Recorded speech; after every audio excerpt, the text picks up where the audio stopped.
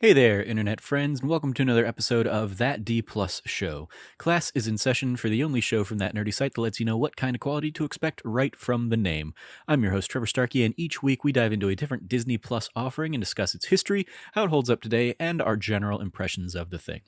This show is made possible entirely by the support of our patrons over at patreon.com/thatnerdysite. So if you like the show and you can support us over there, we would definitely appreciate it. But if you can't, no big deal. The fact that you're listening is awesome. And of course, we would love it if you like, subscribe, rate, review, share the podcast with your friends, all that fun stuff. I am flying solo again this week. Basically, I put the call out and just didn't hear back from people or people weren't available. But today's episode is going to be about Doogie Kamealoha, MD.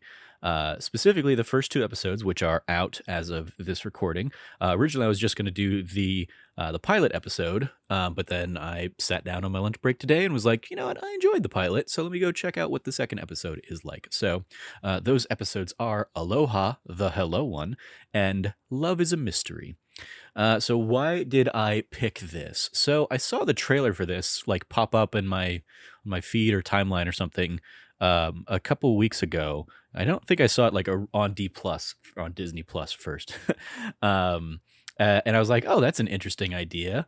Like, are they like I saw the name Doogie Kamealoha MD, and I was like, is this a like are they directly referencing Doogie House? And then, yep, that's exactly what it is. And there's jokes in the trailer about like, like Doogie Howser from that show from the 90s. She's exactly like that. So rather than the like normal like sequel series or something that is like kind of a direct succession, this is a basically like inspired by the original, but it is also like very much backed by the original Doogie Howser kind of stuff. So so I saw that, and then after watching Turner and Hooch last week with Cameron, I was like, I wonder how this one goes. Turner and Hooch, I had no like prior experience for. Doogie Howser, I remember watching as a kid, but like I was too young to really like. I couldn't tell you what any of the specific episodes were about. I remember like the touchstones of that series. Obviously, Neil Patrick Harris. I remember like the best friend coming in and Doogie Howser having to deal with like medical stuff, which I was always like, I don't understand what's going on here. And then like his, family drama or, trying to get a girlfriend or something like that. I remember those elements of the show. Ironic, of course, in hindsight with NPH, but I think he would say as much as well. And then like every episode ends with him, kind of writing into a word processor, like the lesson of the week. And so like I remember like those kind of key elements of it, but I've not watched that show in many, many years. But it's amazing how like much just this version kind of like starts bringing those memories back a little bit here and there. So yeah, the history lesson of this show originally started last week, September 8th, 2021, and this first season will be running all the way through November 10th, 2021. As I said, there are 2 episodes out. I will be discussing both of them here in this particular episode. Other releases of the time, I pulled in AP Bio, started its 4th season on Peacock on September 2nd.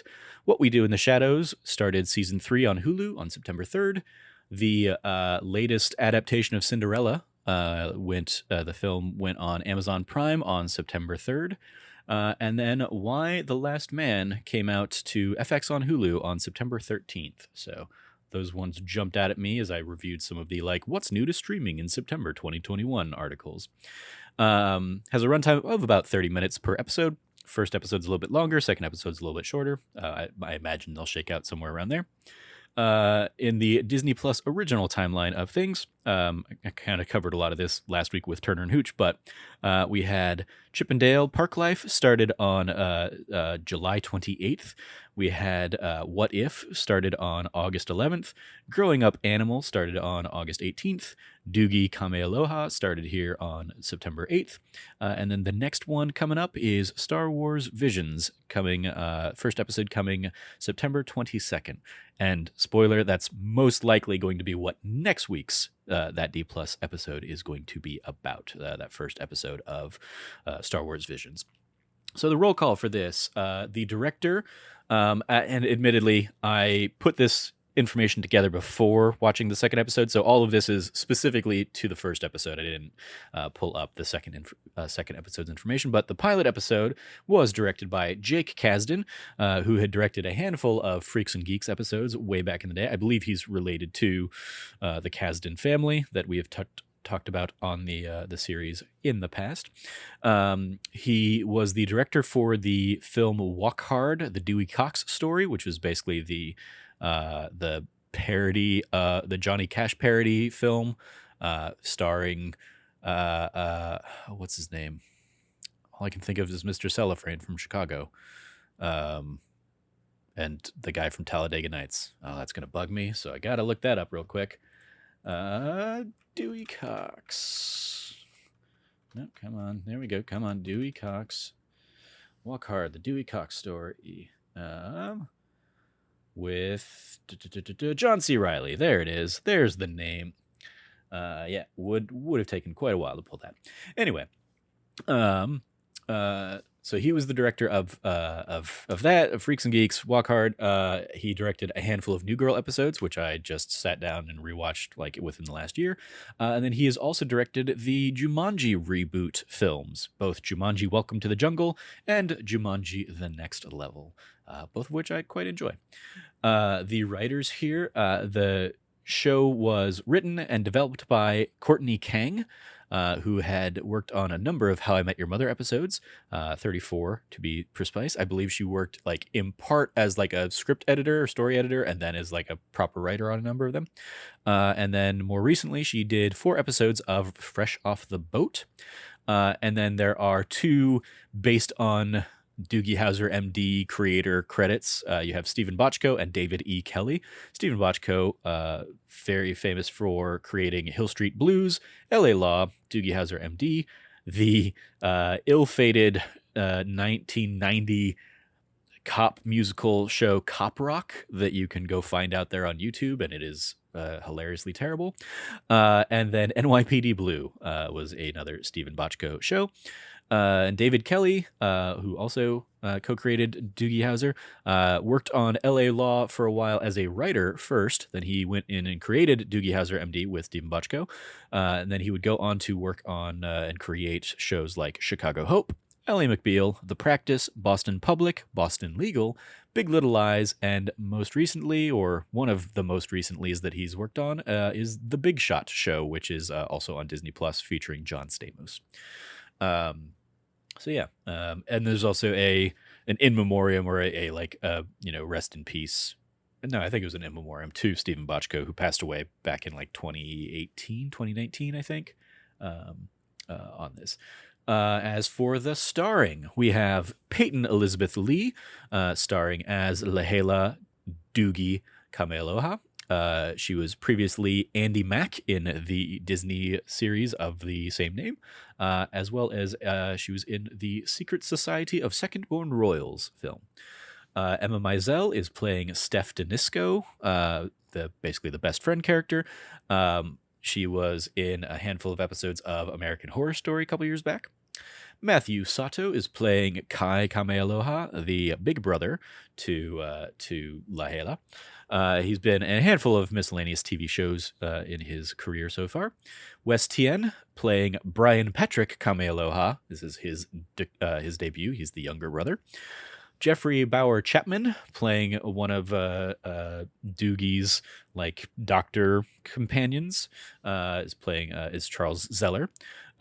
Previously, he has been in Stargate Universe, as well as Iron Man Armored Adventures, where he voiced T'Challa and the Black Panther. And then he was also in a few episodes of American Horror Story, but I believe in a different season, or at least in a different year than Emma Mizell. Mapuana Makia, playing Noelani Nakayama, has had a handful of miscellaneous roles, including the film Aloha, where I believe she was a local reporter credited in that. That film, all I know is that's the one that Emma Stone got a lot of crap for playing someone who's like a quarter Hawaiian or a quarter Asian. I remember that being like the fuss around Aloha. Never actually saw it myself. Kathleen Rose Perkins is playing Doogie's mom in this one, Dr. Clara or Clara. Yeah, Dr. Clara Hannon. She has done a lot of miscellaneous TV and movies going back to the year 2001. Jason Scott Lee playing the dad, Benny Kamealoha. One of his earliest roles that I got a kick out of when I saw this was he was in Back to the Future 2. He is one of Griff's gang members in the year 2020. Right? That's when that one takes place? 2015. 2015. Yeah, he's Griff's gang member, named not in the script, but in the credits as Whitey.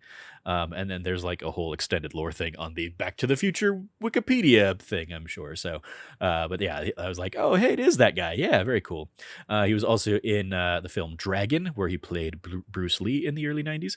He was in the 1994 live action Jungle Book film as Mowgli. He was the character of David in the Lilo and Stitch films. And then most recently, he was the big bad guy in the live action Mulan film as well. And of course, now he is in this. Ronnie Chieng is playing Dr. Lee. I don't know if he's like a regular recurring character on the show. He's only like credited as in 2 episodes so far, but his agent just might not update or might update as the episodes air. So I don't know. But he, of course, from The Daily Show fame, as well as the films Crazy Rich Asians, and currently Shang-Chi and the Legend of the Ten Rings. You can see him in that as well. And then lastly, the kind of guest star patient in the first episode, Barry Bostwick playing Will. Most notably, of course, probably from the Rocky Horror Picture Show film, where he plays Brad. He was also in Spin City. He was the mayor in Spin City, as well as the voice of the mayor of the town in Incredibles 2. So he was a delight seeing him pop up. I also basically like seeing him in this and having watched Scrubs recently. Like he has a memorable appearance as a hospital patient in Scrubs as well. And I was like, hey, it's that guy. Very cool. Not a ton in the way of trivia for a brand new show such as this. But they, and I have not fact checked this, but per IMDb, one of the trivia bits is the first episode is a direct retelling of the first episode of Doogie Howser, MD from 1989. The script is word for word identical in some scenes. I didn't catch that, and I didn't go back and like watch Doogie Howser, MD, the first episode to see that. But I mean, like it. I mean, there are definitely parts where it's like, nope, that wouldn't check out at all. But there are others that, yeah, that makes sense. Like the cold open effectively is like her getting her driver's license test, and she encounters an accident victim on the road or something like that. So I'm sure there are I'm sure the plot of that first episode of Doogie Howser was him going and getting his driver's license test or something like that. So makes sense. And then like she goes to a dance and has a very particular patient with a heart thing. So that might have all checked out, but I did not fact check that. So if that's wrong, then IMDb trivia has failed me. As far as how does it hold up, or what do we think? So I really enjoyed this, actually, especially I say especially maybe because I didn't enjoy Turner and Hooch that much. Like this one had a lower bar to like try and cross, but I really enjoyed it. I thought it was a very charming little show. Lots of great fun performances. The dad especially is like just a charm factory. I really enjoy him, especially in these first couple episodes. Hearing the I don't think about it, but as soon as it comes on, I'm like, that is the Doogie Howser like theme song jingle kind of thing. Hearing that, but in a like Hawaiian like ukulele kind of infused version of that is like a charming way to kind of start out the episodes. The main girl, Peyton Elizabeth Lee as Lahela Kamealoha is really delightful as this like she's juggling the like super doctor lingo kind of stuff with like the teen angst of liking a boy and wanting her first kiss and wanting to go to a dance and stuff like that. The best friend coming through the window, like I was like, I certainly associate that personally more with like Clarissa Explains It All and Sam coming in to talk to Clarissa. I think his name was Sam. But I remember Vinny coming in to talk to Doogie too. So yeah, that was another fun like, oh, yep, that's just a complete, pull from that. I don't remember in the original if like one of Doogie's parents worked at the hospital too, or if they both worked at the hospital. I don't remember what that relationship, what that dynamic was, but I like that that's gonna, be a point of tension and stuff throughout this series with the mom kind of being the girl's boss, as well as the mom, of course. But then I like the dad is like, I like that the opening is like the dad and daughter celebrating her 16th birthday by going out and taking surfing lessons and stuff like that. This is just a cool thing. I mean, like one of the immediate takeaways from this show that I thought was shows that are shot in Hawaii like this one just have a different like cinematic feel to them. Like you think of stuff like the Lost, of course, even as bad as it was, but back when I talked about Inhumans, like the fact that it was shot in Hawaii was kind of cool about that show.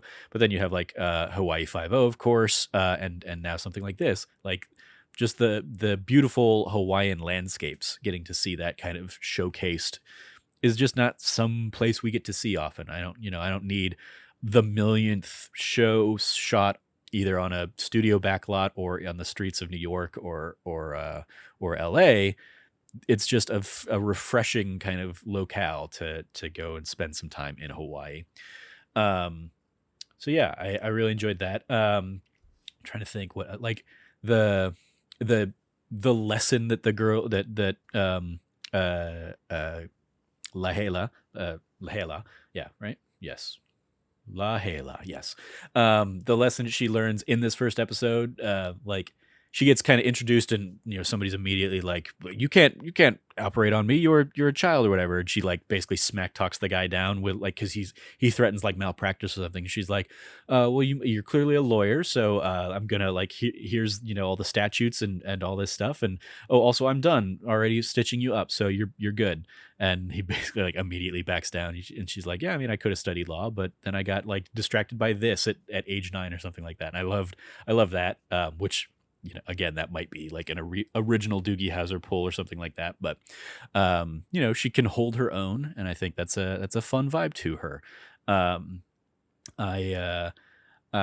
the excuse me, the family relationship, the family dynamic, the older brother and the best friend kind of having a crush on the older brother is going to be probably an interesting thing. The younger brother having a crush on the best friend, probably going to be an interesting thing. Younger brother for a debut, he has some funny moments in these first couple episodes. And I like the dad that just kind of like, the dad basically runs a flour and shaved ice like food truck effectively. And it's just like, those are the things he loves. And so he gets to do that. He gets to take it on the road. A lot of times we're basically seeing him outside the hospital, so he can be, there intermingled with that storyline. But I like that Lahela initially has this like resistance to the Doogie Howser name. Like she gets that, yes, that's the comparison people are going to draw, but like I'm my own person kind of thing. And I like that by the end of the episode, she becomes okay with that moniker because of like the patient she really liked calling her Doogie. Like when Ronnie Cheng's character Dr. Lee says it, she gets like annoyed. But when Will, Barry Bostwick's kind of guest character, said it, she's like, "You're the only one that gets that I let call me that." And when he, sadly passes, kind of by the episode's end, she basically like, as her first lost patient, it seems, she kind of memorializes him by changing her YouTube like display name to Doogie Kamealoha. And I like that. I thought that was a cute touch as to why she may still continue accepting, being called Doogie. Speaking of which, I like that, and it took me until the second episode really to realize that this is what they were doing, but I like that the the end of the episode wrap up that used to be Doogie sitting there typing into a word processor with like the bright blue screen and the white text coming up is, modernized to her vlogging, her doing YouTube vlogs and videos and stuff like that. I was like, oh, that's a clever, way to bring it to 2021. So yeah, I really enjoy that. I love like the sense of family that I think we're gonna get in this show. And so far, kind of all the supporting people are cool. So I mean, I honestly think I will probably like try and keep up with this one in the like in the same way that I was doing with High School Musical, the series. I it it is a significantly better than a Disney show, like a Disney Channel TV show kind of thing. And it very much feels in that vein of like a TGIF kind of show. Like I could very easily see this being at home in like the TGIF block for kind of a new age. I love obviously that the representation that's in here, not only having the new Doogie as like a gender swapped female role, but then also like the Hawaiian representation, Asian doctors, African American doctors, like they're I don't think I'm trying to like the really one or two the two white characters kind of in the kind of core cast are the mom and the best friend. The mom is like super Irish Catholic, hence the name Brian Patrick Kamealoha for the youngest son. Um, and then and then the best friend kind of as the other the other white character of the show. So it's like a predominantly diverse cast, and I really appreciate that. You know, so yeah, I really enjoyed it and had a good time. Just like I went in with, again, maybe low expectations after Turner and Hooch, but I walked away from the first episode last night. I was like, it was pretty good. Yeah, really, I think I really enjoyed that. And then just when I was, on my lunch break looking for something to do, I was like, yeah, I'm gonna go ahead and throw on Doogie Kamealoha episode 2, and enjoyed that. I won't spend too much time going into the second episode, but obviously the first episode like ends with the girl getting her first kiss, with Lahela getting her first kiss from like the cute boy Walter. And the second episode is all about her trying to figure out what that means, and trying to recreate that. And how does Walter really feel? Because now he's kind of like, he calls her dude and stuff like that. And I like that, like, she's dealing with that normal teen angst kind of thing, but even like talks in there about she talks to him about, what is it like being in high school or whatever. And he's like, yeah, what is it like being like a 16-year-old doctor? And she's like, I mean, I don't know anything different. I wasn't a 16-year-old anything else. So I only know what this life is going to be like. And I was like, oh yeah, that checks out. And then I love kind of by the end, the guy's like, the reason I was being so weird is I'm intimidated, or I don't think I'm good enough for you, kind of thing. It's like, good, yeah, okay, because like obviously we see it from her perspective, so she is like idolizing this guy because he's a cutie and all that stuff, and so she's like, all up in her head, and it turns out he was all up in his head too, and I appreciated that, fun little reveal by episode's end. So yeah. That is kind of my thoughts here on Doogie Kamealoha, MD. Interested to see where this continues to go over the course of this first season here. As for a report card, I will give this a solid A-. It's like a really good show. It has some things to kind of improve upon here and there, but overall, yeah, I had a really good time with this. Even though I'm probably not, like, I went into this much like I went into like Turner Hooch, thinking like, who's the audience for this going to be? Because like, again, I was 4 when the original Doogie Howser MD came on. So by the time like that show was really up and going in like the early 90s, I was like 6 or 7, but I wasn't really identifying with a 16, 17-year-old, 18-year-old Doogie or something like that, who's, this child doctor prodigy kind of thing. So I feel like I didn't really watch it a ton. Like I probably watched it on reruns eventually, or like I would watch it because it was on TV, but I it's definitely not a series I ever went back to. So it doesn't have like a particular fondness. So when I kind of turned it on, I was like, is this going to be the same kind of thing where it's like this is kind of geared towards fans of the original series who now have kids of their own who are maybe getting to that age or something like that, and they can kind of like share in this together. And I guess like yeah, that probably fits, but I think beyond that, it's also just like it's a much like Turner and Hooch is going to be a like, crime of the week kind of thing. Kamealoha MD is obviously very much going to be a like case of the week, medical case of the week kind of episode, and that's really reinforced in episode 2, where it's like, here's like we've uncovered that you have a thing that only 50 cases in the world exist, but I was able to solve that for you. It's like I remember as I was watching it kind of thinking like, oh, this is kind of like House, or at least what I think of House, because everybody's like, it's lupus every time or something like that. And like House is obviously a very, medical mystery case of the week kind of show. And so, yeah, there's definitely going to be that, but also again, the teen angst of, the girl with her crushes and with her best friend and how she navigates all this with her family and stuff. And so, yeah, it's a cute show. Definitely check it out if you are so inclined. A- from me. Extra credit, other suggestions if you like this.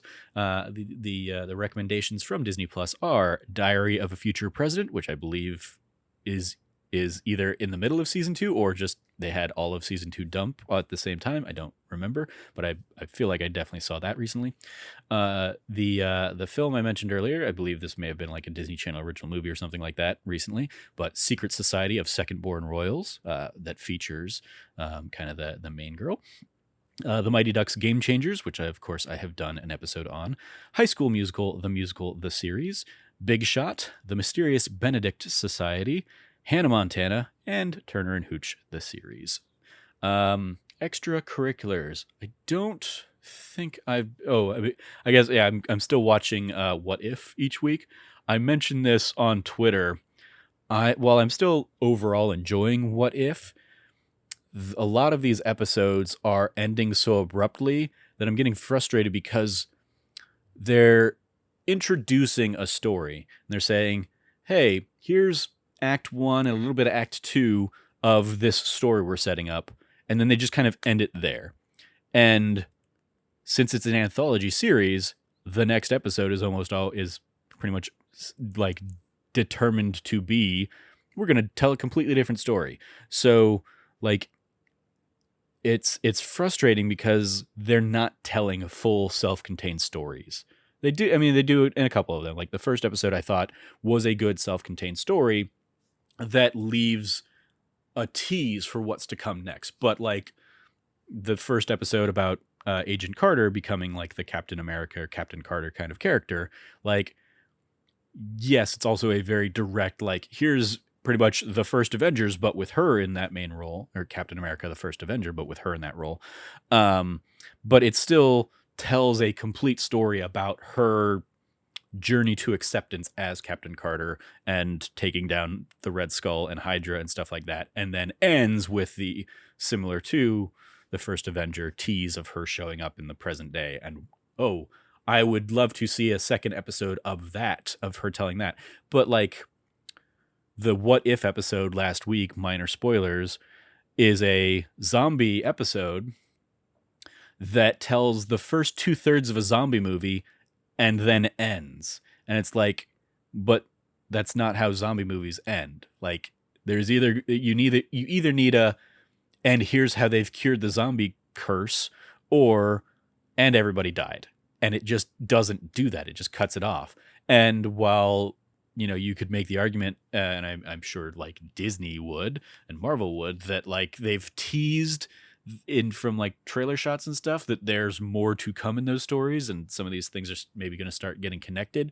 It still doesn't mean that you just end a movie 2/3 of the way through, or end a story 2/3 of the way through. It's just not satisfying. It's not a complete episode. It's part of an episode, part of a story. And so I've been very frustrated by that the last couple episodes. And I hope that they either get to where they're going sooner, or that they do a better job of telling the full story of an arc that they're going to tell as a standalone what if narrative, but then leave that what if narrative, or let that what if narrative, have a coda or something like that. That is, here's where this could go from here. Because I mean, there's definitely, if like I tweeted out as well, like this idea that it feels like every episode that they've shot could basically have and in season 2, we're just going to pick up and tell the next part of that story for every episode. I'm like, that's weird. So yeah, that's the other thing I've been watching on Disney Plus. Again, overall, like, I'm still enjoying the series fine. It's just I'm frustrated by that, and it is making it less and less like, gotta see this the day it comes out, or the before I go to bed the night it comes out kind of thing, and more like, I'll get to it when I get to it. But yeah, that is going to do it for this week's episode of That D Plus Show. Thank you for joining me to talk about Doogie Kamealoha, MD. You can follow me at Trevor J. Starkey on Twitter. I should be, like I said, we're going to do, I believe, Star Wars Visions, the first episode next week. So I should be able to round up a few guests around the channel to talk about that, especially since we just spent a big old summer of Star Wars. So I'm sure, it'll be nice to revisit that here pretty soon. And then I believe after that, we'll pretty much be diving into Halloween season.